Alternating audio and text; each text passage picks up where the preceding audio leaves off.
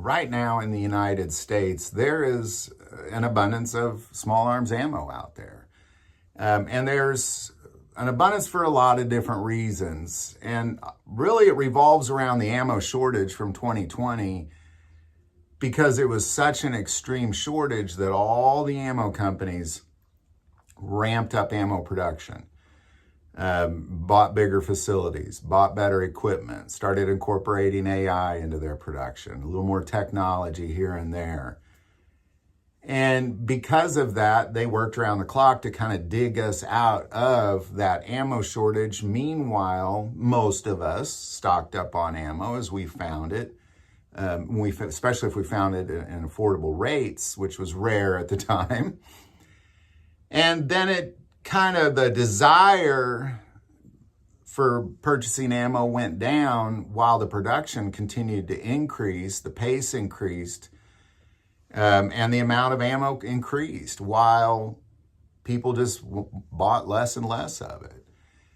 And what we're dealing with now is not only has the civilian market done this thing, but it's the military market that has really surpassed everybody on this particular scene. If you look at Lake City Ammo Plant in Independence, Missouri, that is being owned by the U.S. Army, operated by Winchester, they're pumping out so much ammo right now because of several different reasons. One, brand new facilities. They're demolishing facilities, they're building facilities, they're upgrading current facilities. They've incorporated AI. They built a new plant in Texas to just make ammo components. Then you incorporate the better equipment, hiring more people, incorporating artificial intelligence into their production process.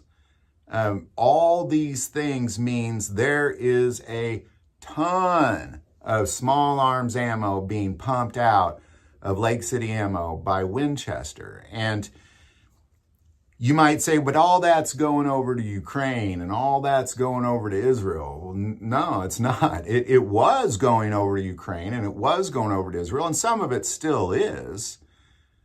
But most of the ammo producers in Europe answered the call and are pumping out a ton of ammo for Ukraine.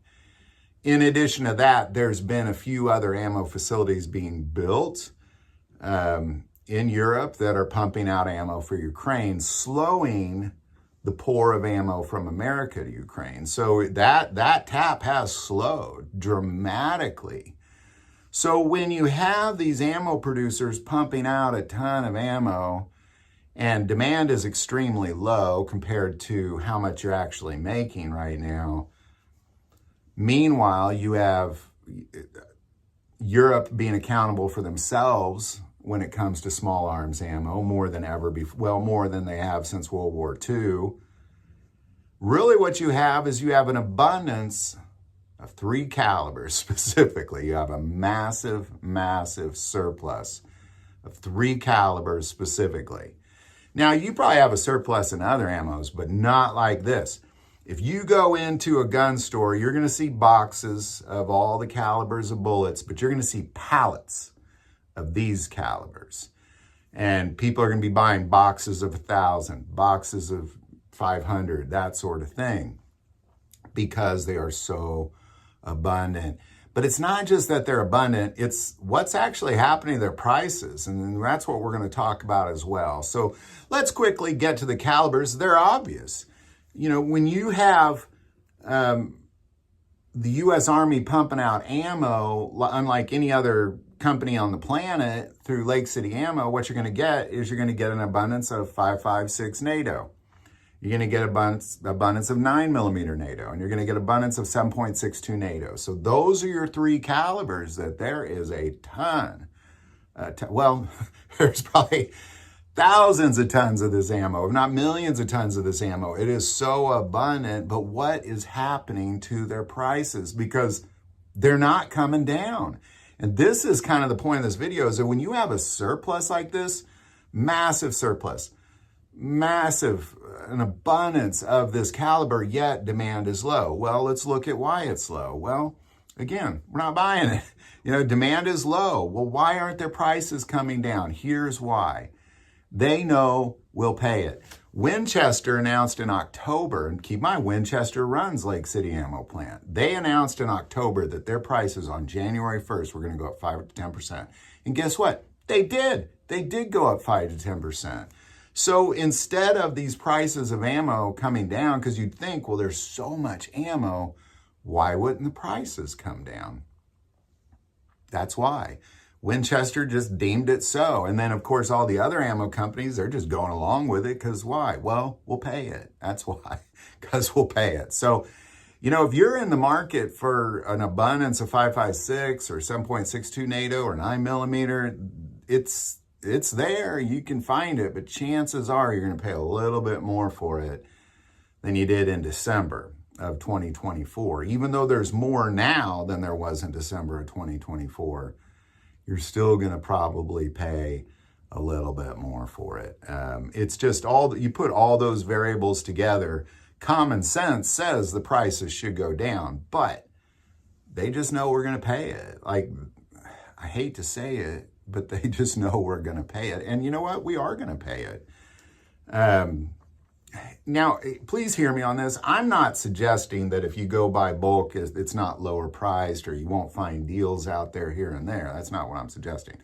Because I'm sure in the comments, people say, well, gosh, I got this for cheaper than I've ever paid for it before.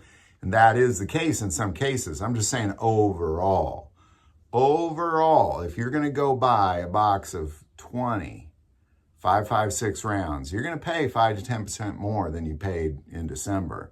If you're going to buy 100, chances are you're going to pay 5 to 10% more. If you're buying like 1,000, you might start cutting the cost a little bit there, but maybe not.